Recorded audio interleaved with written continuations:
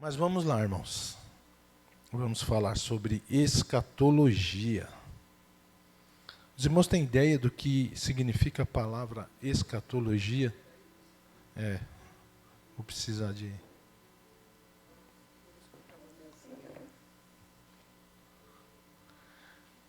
Alguém tem ideia do que significa a palavra escatologia?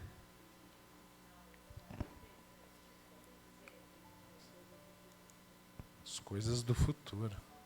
E aí, alguém? Mas não é para procurar no Google não, Edinho. Está procurando no Google aí. Toda palavra que termina com logia significa estudo de alguma coisa. Logia é o estudo. Então, quando a gente faz teologia, a gente está estudando Deus, não é? Quando você faz biologia, você está estudando a vida. E quando a gente fala de escatologia, a gente está estudando o futuro, as coisas que estão por vir. Segundo a visão bíblica, o que a Bíblia nos passa, não é? Eu comecei a fazer esse estudo e é interessante porque várias culturas, várias outras épocas, várias outras já estudaram sobre isso. E eu estava vendo, tem a cultura nórdica, eles têm, para eles chamam o apocalipse deles, eles chamam de Ragnarok.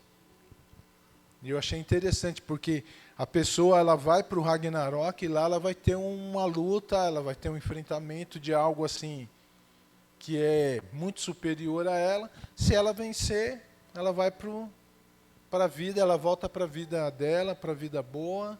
Agora, se ela morrer, ela vai ficar lá no Ragnarok sofrendo. Essa era a visão nórdica do Apocalipse, né? Os judeus eles têm uma visão parecida com a nossa. Só que o problema dos judeus é que eles ainda estão esperando o Messias. Então, o que João escreveu no Apocalipse, eles desconsideram, né? Para eles é a mesma coisa de nada. Então, quando a gente fala de escatologia para nós cristãos, nós estamos vendo o que João falou, o que João revelou, porque nós acreditamos que João era apóstolo de Cristo e Cristo realmente é o Filho de Deus. Amém? Então vamos lá. Na nossa visão, na visão arminiana, alguém sabe o que quer dizer isso, irmãos? Aproveitar que a gente está em poucos, né? O que é a visão arminiana? Nós, avivalistas, nós somos arminianos. Por quê? Existem duas correntes. A igreja tradicional, que traz a visão calvinista, e a visão pentecostal, né, traz a visão arminiana. Os pontos diferentes. O calvinista ele acredita na predestinação. Então, se você é salvo, você nasceu salvo, você é um eleito, você é salvo. Você pode viver a vida que você quer aí fora, vai chegar uma hora na sua vida que Deus vai te chamar e você vai se converter e vai ser salvo. E o outro que está lá a vida inteira na igreja, que não é escolhido, que não é salvo, vai acontecer uma hora que ele vai sair da igreja, vai se desviar e vai para o inferno. Então a visão deles é mais ou menos essa, né? Então quem segue o calvinismo geralmente é a batista tradicional, a igreja presbiteriana tradicional, a igreja metodista tradicional.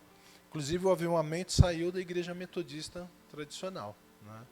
Nós saímos da igreja metodista justamente por discordar nesse ponto que é o batismo com o Espírito Santo.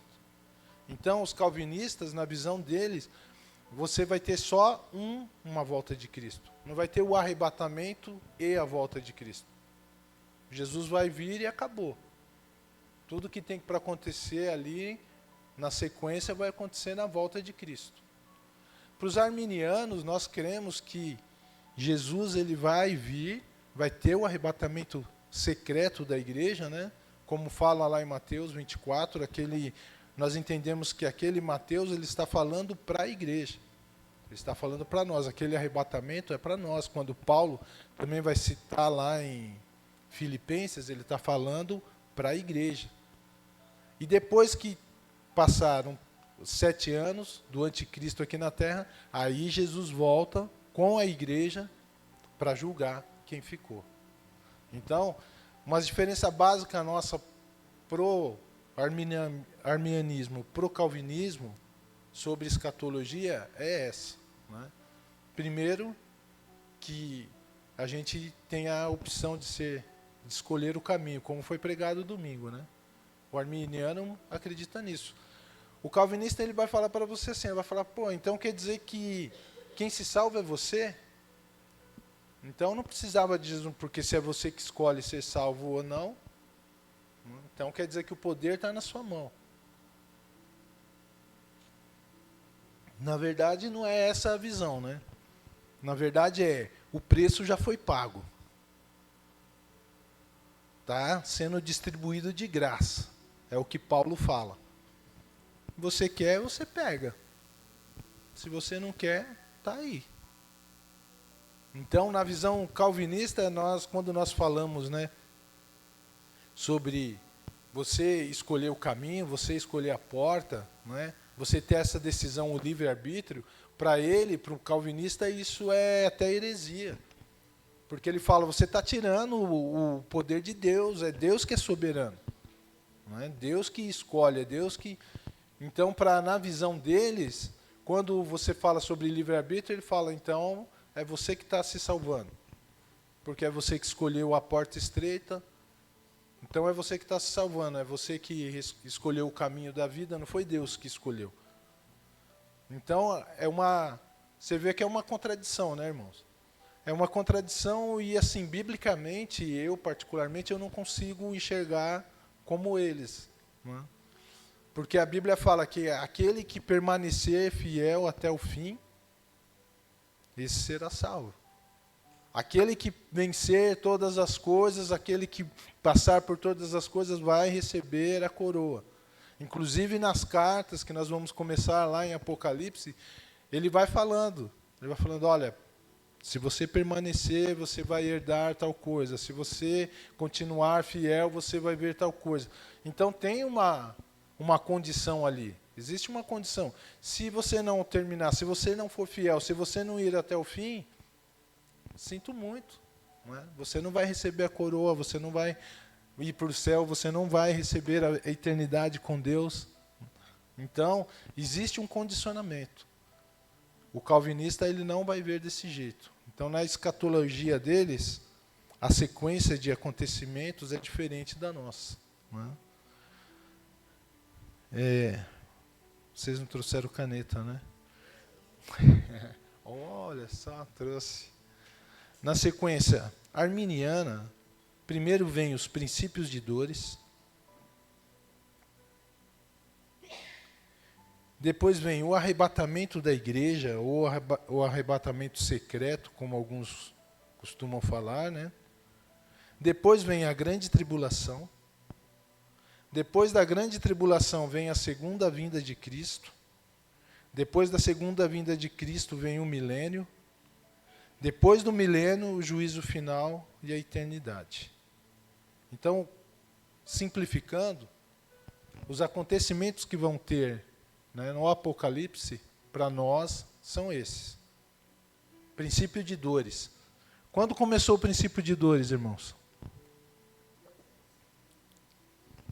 Quando Jesus morreu, ressuscitou, quando começa a igreja, começa o princípio de dores. E nós estamos vivendo esse período até hoje. Aquela profecia que Jesus fala, olha, eles vão te odiar, eles vão te matar, eles vão te entregar para leões, isso já começou lá atrás. Nós sofremos isso hoje, mas bem menos do que foi naquela época. Hoje ainda somos odiados, hoje ainda em alguns lugares somos mortos, né? Em algumas religiões aí nós somos mal vistos. Ainda hoje é assim. No Brasil a gente não sente tanto isso, mas até no Brasil ainda tem olhares assim para a gente, olhares diferenciados, né? Olhares como é só você que vai para o céu. é só você que é santo. Já ouvi muito isso. Existem olhares assim. Mas o princípio de dores, ele começa lá quando a igreja inicia.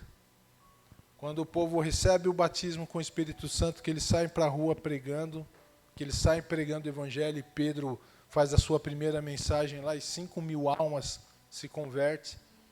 Ali começa o princípio de dores, ali começa a perseguição. Ali começa, né, o que Jesus fala lá em Mateus 24, que iria acontecer. Então, o princípio de dores, ele já vem, e nós estamos ainda no princípio de dores. Qual a diferença? A diferença é que Jesus falou assim, olha, vai chegar um tempo que o homem, ele que planta, ele conhece da agricultura, ele olha para o tempo, ele sabe se vai chover, se não vai, se vai fazer sol, se não vai. Ele sabe qual que é a hora de plantar, qual que não é a hora de plantar. Ele falou, a igreja é a mesma coisa. Vai chegar um momento que vocês vão olhar e vocês vão ver, entendeu? Olha, está chegando a volta. O dia de Cristo está chegando. Vocês vão olhar pelas coisas que estão acontecendo, vocês vão perceber, vocês vão sentir, vocês vão... É uma coisa espiritual, né? O Espírito identifica. O que eu mais ouço, né, nos nossos dias hoje é Jesus está voltando. O que eu mais ouço nos nossos dias é, olha, esse mundo está de mal a pior. Né? E é interessante porque quando a gente vai estudar os princípios de dores, você vai ver que o que acontece com o mundo é isso mesmo. O mundo ele só vai sendo destruído, ele só vai sendo deteriorado, ele só vai acabando. O homem vai destruir a natureza, o homem vai acabar com, né, com a vivência, a tecnologia ela vai crescer, o amor vai se esfriar. Então a gente só vê um cenário caótico. E é nesse cenário que o anticristo ele vai surgir. É nesse cenário caótico que vai surgir alguém que vai dizer assim, olha, calma aí, eu tenho a solução. E diz a palavra que com ele vai surgir mais dois, né? Um político que sobe da terra e um religioso que sobe do mar. E esses três vão estar tomando conta e falando, deixa que a gente vai resolver o problema. E aparentemente, eles vão conseguir resolver o problema. E eu estava meditando... Pode falar. Então. Então. Vamos lá. Eu estou dando uma passada geral, né? Arminianismo. O que a gente entende? A gente entende que nós vamos ser arrebatados primeiro. Nós somos pré-tribulacionistas. Então, quando alguém perguntar para você se você é pré-tribulacionista ou pós-tribulacionista, nós somos pré-tribulacionistas. Mas eu concordo com o que o pastor Djalma pregava. Entendeu? Tem uma ressalva aí. Porque se você for na palavra, você vai encontrar tanto o versículo para um quanto para outro. Entendeu? Então, o importante é você viver o dia de hoje como se Cristo voltasse amanhã. Se tiver que passar pela tribulação, irmão, você tem que estar preparado. É claro que melhor é que não passe, né? Melhor é que não passe, mas e se? E se? Porque diz a palavra que esses dias vão ser dias terríveis, né? Vão ser os dias assim que... Olha, quando a gente estuda a igreja primitiva, já não foram dias difíceis? Quando Jesus ele cita os últimos dias, esses 3 anos e meio finais, quando ele fala, olha, não teve piores dias na terra. Aquela que tiver grávida, que se cuide. Aí ele fala para os judeus, ora para que não aconteça no sábado. Por que, irmãos? O judeu não faz nada no sábado. Acho que eles podem caminhar, acho que é 800 metros só. Ficam dentro de casa e não faz nada. E Jesus falou, se acontecer no sábado, e aí? Vocês não vão poder fugir, vocês não vão ter para onde correr. Então, peça que não aconteça no sábado. Que não seja num dia de chuva. Aí ele fala, quem estiver na cima da laje, fica lá. Quem estiver no morro, não desce. fica onde você está. Porque isso vai ser os dias mais tristes, os dias mais terríveis da face da terra. Então, tem aquela visão. Poxa, se vai ser os dias difíceis, se lá no final vai ter aquelas pessoas que... Quem são esses de branco vestidos? Esses são os que passaram pela tribulação, esses são os que... Quem são esses? Se não é a igreja, quem são esses? Então fica essa interrogação, né? O que eu tenho para a minha vida, eu tento estar preparado ou para um ou para outro. Tenho que estar preparado ou para passar pela tribulação ou para ser arrebatado antes. Então, a vontade, a fé, né, nossa é o quê? Que nós sejamos arrebatados antes. Que tenha um arrebatamento e depois a volta de Cristo. E nesse período de tribulação, nós entendemos que a igreja vai estar em festa no céu com Jesus. Que é o que nós vamos estudar lá na frente sobre falando a grande ceia. Né? Lá em Apocalipse fala da grande ceia. Então nós entendemos que 7 anos nós vamos estar lá, nessa grande ceia, de boa, né? Vamos estar lá junto com Cristo, vai ser o casamento da noiva com o noivo, vai ser aquela alegria, vai ser só festa para quem está lá. E quem está aqui vai ter 3 anos e meio de ilusão, 3 anos e meio vai vir realmente essa perseguição, essa tristeza, vai ser coisas terríveis. Né? Eu não consigo imaginar na minha cabeça como foi para a igreja primitiva. E eu não consigo, né, colocar na minha mente como vai ser para quem estiver aqui. E eu só sei assim, vai ser muito, muito triste. Se a igreja for arrebatada, né, e eu não for, e tiver que passar por isso, sabendo de tudo isso, entendeu? Eu acho que a cabeça de quem é desviado, de quem conhece a palavra, de quem ficar aqui, vai ser muito duro, né, irmãos? Vai ser um negócio muito... Eu acho que... Vocês já viram aquele filme Deixados para Trás? Que a pessoa corre lá na igreja, o pastor está lá, já viram? E o pastor, não, pastor, mas até você está aqui. Mas você tinha a Bíblia para ler, né? O pastor fala. Você tinha a Bíblia para saber. Então a culpa não é minha, não.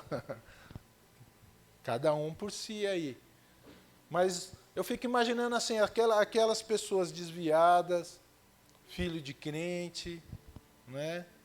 Parente de crente, que já ouviu, que já sabe, que vai ter, que não acredita, que acha que, olha... Né? Tudo isso é besteira, tudo isso o mundo continua. Eu tenho um gerente que falava para mim, guerra sempre teve, fome sempre teve, discussão sempre teve, isso sempre vai ter, isso para mim é besteira, ele falava.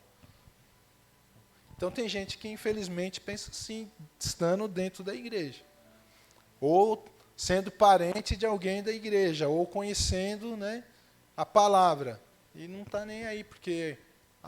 eu não entendo bem assim como você. A minha filha mais velha, ela fala. Ela vê algumas mensagens minhas, ela fala, você sabe que eu não entendo assim como você entende, né? Eu falei, bom, aí é um problema seu, né? Porque eu entendo como a Bíblia mostra. Se a Bíblia estiver errada e você estiver certa, parabéns, né? Agora, eu acho muito difícil a Bíblia estar errada. Então, aí é um posicionamento de cada um. É esse posicionamento, é esse livre-arbítrio que vai definir, né? Quem vai ser arrebatado e quem não vai. Dentro da nossa visão aqui que nós estamos conversando. Já pensou, irmãos, passar pela grande tribulação?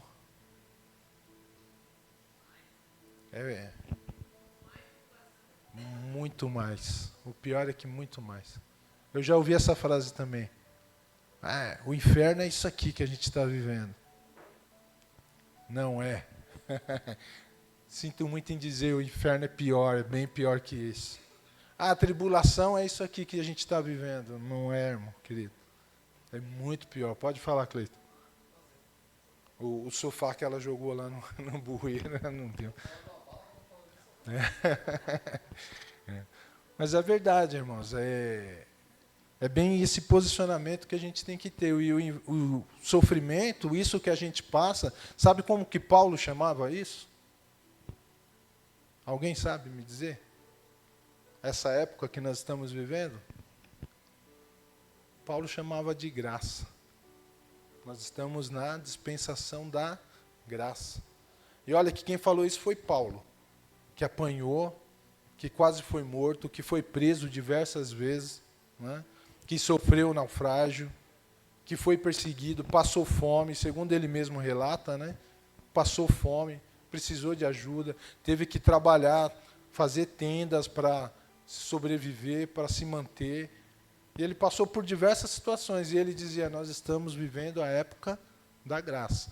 Se Paulo, que passou tudo isso, achava que, né, que estava na graça, para nós, brasileiros, eu digo, nós estamos suave, suave, nós estamos muito bem, porque, né, o Brasil, a gente ainda tem, eu vejo muito pessoas, obrigado, eu vejo muitas pessoas falando assim, né, porque vai vir a perseguição no Brasil, porque vão perseguir, olha, eu, sinceridade, eu não acredito que no Brasil vai vir esse tempo, que nós vamos ver essas coisas acontecendo aqui. Eu, particularmente, não acredito. Agora, eu entendo assim, que se vier, não vai ser por causa do político, não vai ser por causa da igreja, irmãos. Por causa da nossa grande liderança, por causa dos que se dizem, né, mestres e não são, dos que se dizem pastores e não são, dos que estão na mídia aí, arrecadando muito dinheiro, e escândalo, escândalo, escândalo. Eu acredito que se vier, vai ser por causa disso, porque vai chegar uma hora que eles vão falar, opa, vamos colocar regras aí. Hoje, para você abrir uma igreja, é simples, você pega aí você mais uma pessoa, vai lá dá entrada com o contador lá, beleza, você abre uma igreja assim, 2 dias, 3 dias, você abre uma igreja no Brasil. Mas se continuar do jeito que está, vai chegar uma hora que eles vão falar, opa, você vai abrir, mas para quê? Por quê? Me dá o estatuto, deixa eu ver, o que você vai fazer, o que você está fazendo? Você não está fazendo nada do que você falou que ia fazer, vamos fechar essa porta. Aí, eu acredito que sim. Mas não vai ser por causa da política, não vai ser por causa da própria igreja e principalmente dessas lideranças que a gente vê aí, que hoje em dia não prega mais a palavra, só prega o dinheiro. Não prega mais a Deus, não prega mais Jesus, prega só a Baal. Né? É só venha a nós, só venha a nós. Né? Só prosperidade. Então, eu acredito assim, se vier, vai ser por causa disso, não vai ser por causa de política. Por que eu acho que não vai ser por causa de política? Porque os nossos políticos são corruptos. E a igreja é um lugar onde eles têm liberdade para conseguir voto. Tanto esquerda, quanto direita, quanto centro, quanto qualquer coisa que você quiser, eles têm. E eles sabem que ele tendo isso, é um voto a mais lá na urna para ele. Então, eles não vão mexer com a igreja. Para eles não é interessante mexer com a igreja. Agora, se a gente começar, não é, como a gente está vendo aí, as coisas começar a ir além disso, além do que já está aí, mas, infelizmente, é o que nós estamos vivendo, é o que nós estamos vendo, e por isso, por essas coisas que a gente vê, que eu acho que se a perseguição vir, vai ser por culpa da igreja mesmo. E da igreja por quê, irmãos? Porque a gente acaba gostando, né? Não digo a gente aqui, mas você vê o que está acontecendo nas igrejas, nessas big churches por aí. Era para a pessoa, pelo menos, parar e pensar um pouquinho e falar, não, né? Deixa eu ir lá na rua Dona Elfrida, lá, deixa eu ir né? Vou na igreja do bairro ali, eu vou lá porque não está dando. Eles estão, mas você estando lá é status, né? Qual igreja que você é? Eu sou... Tem uma amiga da Larissa, né? amiga de infância. Não, tio, eu sou da Lagoinha. Não sei o quê, eu trabalho na Lagoinha, eu não sei o quê, tenho um ministério. E quando aconteceu as coisas lá com a Lagoinha, ela veio e falou assim, mas assim, a nossa oposição lá é diferente, tal. Mas a pessoa gosta do quê? Do status. Gosta do quê? Do nome que tem, gosta do quê? Da mídia, o conforto, sabe? Tudo. Não que isso não é importante, não que isso não é interessante, mas Paulo mesmo ele fala, se você tiver tudo isso, mas não tiver o amor, se você tiver tudo isso e não tiver o amor de Deus ali, não adianta. Não vai te servir para nada. E a igreja hoje, ela está mais que andando, né? E aí a gente volta em outro ponto, que eu já falei aqui, inclusive. 2 estarão no campo, um será levado e o outro vai ficar. 2 estarão numa cama, um será levado e o outro vai ficar. O que os irmãos entendem disso? Então, a minha visão, tá, irmãos? Porque os irmãos vão ver, vai ser 10 virgens, 5 prudentes, 5 loucas. Aí ele vai falar dos 2, né? Um será tomado, outro será tirado. E ele vai falar da ovelha, não, da dracma. Tem outra parábola que ele fala também que é 50%, 50%. O que eu entendo, 50% da igreja vai estar pronta. Vai estar preparada, vai estar esperando a sua vinda, vai estar, né? E 50% vai estar dormindo. E o pior é assim, né, que pelo menos nas igrejas que eu conheço, com os pastores que eu converso, não só do avivamento, de outras denominações, a impressão que dá é que tem muito mais de 50% dormindo, sabe? A impressão que dá é essa.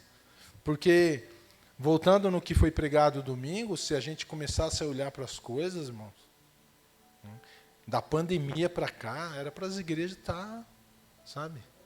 Era para estar lotada, era para estar cheio de gente, era para estar, né? Sim. Sim, mas é o que eu estou falando. Mesmo nessas que estão lotadas, né, que fala só da prosperidade, mesmo se você começar a conversar, você vê que não tem palavra, não tem, o cara não sabe nem por que está ali por status. Então, 50% no meu ponto de vista, né? Jesus estava falando assim, 50% vai estar esperto, 50% vai estar. Então, esse é outro ponto, né, que a gente vai estar revendo. Vai chegar naquele dia, muitos vão chegar na presença de Deus. E de quem que Jesus estava falando ali? Senhor, em teu nome eu expulsei demônio, eu curei pessoas, em teu nome, sabe? Eu fiz maravilhas, eu fiz fogo cair do céu. Ele está falando da igreja, né? Então, no meu ponto de vista, falta os frutos do Espírito. Gálatas 5, 23, 24. Falta. Não é? E o pior é assim, em todos os lugares falta muito. Porque você tem que ter o amor, você tem que ter o perdão, você tem que ter a paz, você tem que ter a longanimidade, você tem que ter a paciência, você tem que ter a felicidade. Nós fomos chamados para isso, né? É um fruto só, é o fruto do Espírito, que tem várias, né? Tem os seus 9 gominhos lá, né? Tem gente, irmãos, eu dirigi 2 anos e meio uma congregação no Paulistano. Lá era muito engraçado, porque lá cada rua assim tem uma igreja do lado da outra. Então o camarada ia lá na igreja e tal, pronto. Você não deu oportunidade, no dia que ele pediu oportunidade, ele ia para a igreja do lado. Ficava lá, o pastor não deu para ele, ia para a igreja do lado. Ele ficava lá. Aí passava um ano e meio, o camarada na igreja de novo. Então, e aí, tudo bem? Vou congregar aqui de novo, tal, estou voltando, tal, beleza. Ficava, era 2 semanas, 3 semanas. Porque não tem, irmão, uma base, não tem uma visão espiritual, não tem, sabe? Para mim, é falta de visão espiritual que foi pregado domingo. A pessoa não sabe para que Deus chamou ela. Qual o papel dela no reino. E eu falo porque eu tive uma experiência assim, eu era do Brasil para Cristo, eu saí do Brasil para Cristo, eu falei, eu não quero mais saber de igreja. Não quero mais oportunidade, eu não quero mais tocar, porque eu tocava lá, não quero mais cantar. Eu quero num lugar que eu entro, sento e ninguém me vê. E eu fui para uma igreja grande lá na Lapa, 2.000 pessoas tinha na época. Dessa igreja saiu a Hebron e saiu a igreja do Rebustini, que eu esqueci o nome agora. Era dessa igreja aí da Lapa que eu ia, na época era o pastor Walter que abriu o Ministério Hebron, que é um grande também, e saiu a Bíblica da Paz, que eram os dois que eram os pastores lá. E eu indo lá, tudo bem, ia lá, ninguém me conhecia mesmo, vai, tal. Mas é complicado, porque quando você começa a trabalhar na igreja, você começa a sentir falta, eu preciso fazer alguma coisa, eu tenho que fazer alguma coisa. Quando você tem um ministério, você... Né? Olha, eu tenho um ministério de trabalhar com os irmãos, eu tenho um ministério de diaconia, eu tenho um ministério das crianças, você começou em qualquer igreja que você pode, sabe, você vai sentir falta. Deus vai te incomodar. Comigo aconteceu assim, uma profeta, numa igreja batista tradicional, oração, de sexta-feira de manhã, 6 horas da manhã, eu lá na igreja. Deus usou uma profeta para falar comigo. E falou tudo que eu falei, né? Que eu não ia mais, que eu não ia querer. Falou tudo e falou, prepara aí que você vai voltar. Não vai ficar assim, não. E aí de você se não voltar. Né? E foi interessante, porque passou acho que umas 2, 3 semanas, o Tércio, que era daqui, ele era lá da freguesia, aí ele era o líder de jovens lá, encontrei ele num casamento. Vamos lá. E comecei a ir lá. Estou aqui até hoje. Né? O Tércio já saiu e eu estou aqui. O Tércio está com o ministério dele. Falou, quando você vai me chamar para pregar lá? Eu falei, você está doido? Chamar você para pregar lá. O pastor lá, o Nilton Batista, me exclui. Não posso não. Mas é assim, irmãos, a gente tem que prestar atenção no que está acontecendo. Prestar atenção nas coisas que estão acontecendo ao nosso redor. Até esse esfriamento da igreja, até essa falta de amor, essa falta de comunhão, falta de perdão, falta de paz, falta de visão espiritual, tudo isso nos indica que Jesus está voltando. Jesus está na porta. Qualquer momento, ele pode estar. A gente pode sair daqui hoje, né? É uma frase feita, né? A gente já ouviu bastante, mas a gente pode sair daqui hoje e Jesus voltar. Porque já está tudo aí, já está na porta, já está tudo acontecendo. Já está tudo acontecendo. Quando a gente começa a olhar a plenitude do tempo que eu falei, é exatamente esse tempo que a gente está vivendo. Tudo que tinha para viver, tudo que tinha para fazer, para acontecer, para a vinda de Jesus acontecer, já aconteceu. Mas o evangelho ainda não foi pregado a toda a criatura. Mas para isso acontecer hoje em dia, irmãos, para o evangelho chegar... lá na China tem lugar que não chegou. Para chegar, entendeu? É assim, é um computador ligado, é uma internet, é uma televisão. Chegou. Entendeu? Então, para o evangelho chegar hoje em qualquer lugar do mundo é assim. Então, eu entendo que a gente está vivendo realmente a plenitude dos tempos. E esse estudo de escatologia vai vir bem para a gente confirmando isso, comparando o tempo que a gente está vivendo, as coisas que estão acontecendo, não só no mundo lá fora, mas na igreja, com o que foi já profetizado, com o que já foi falado. É engraçado, irmãos, porque Daniel falou lá, quase 800 anos antes de Cristo. Ele já trouxe Daniel, Ezequiel, Isaías falou alguma coisa. Nós vamos ver outros profetas menores falando, Amós falou sobre o final dos tempos. e você começa a estudar Apocalipse, a revelação de João, é tudo o que foi falado lá atrás. Você pega passagens do Apocalipse que você comparar com Daniel, parece que os dois conversaram, sabe? Parece que os dois conversou ali João, Daniel, Isaías e escreveram ali, sabe? Porque é muito parecido, é muito... E você fala assim, isso que João escreveu é 2000 anos atrás. Mais de 2000 anos atrás. Até chip na cabeça já estão colocando, irmão. Na palma da mão já faz um tempo. Inclusive o Brasil foi um dos países pioneiros a fazer teste para ter identidade, para você ter todos os seus documentos na palma da mão. E agora o Elon Musk, é assim que fala? Elon Musk, ele já está fazendo um esquema que ele diz que é para quem não tem mobilidade, poder controlar as coisas com a mente. Já estão fazendo implante de chip na cabeça de alguns aí para fazer esse teste. Então, irmãos, as coisas estão acontecendo assim, ó.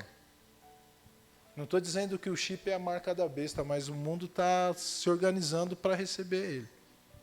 O mundo está se organizando para receber o anticristo.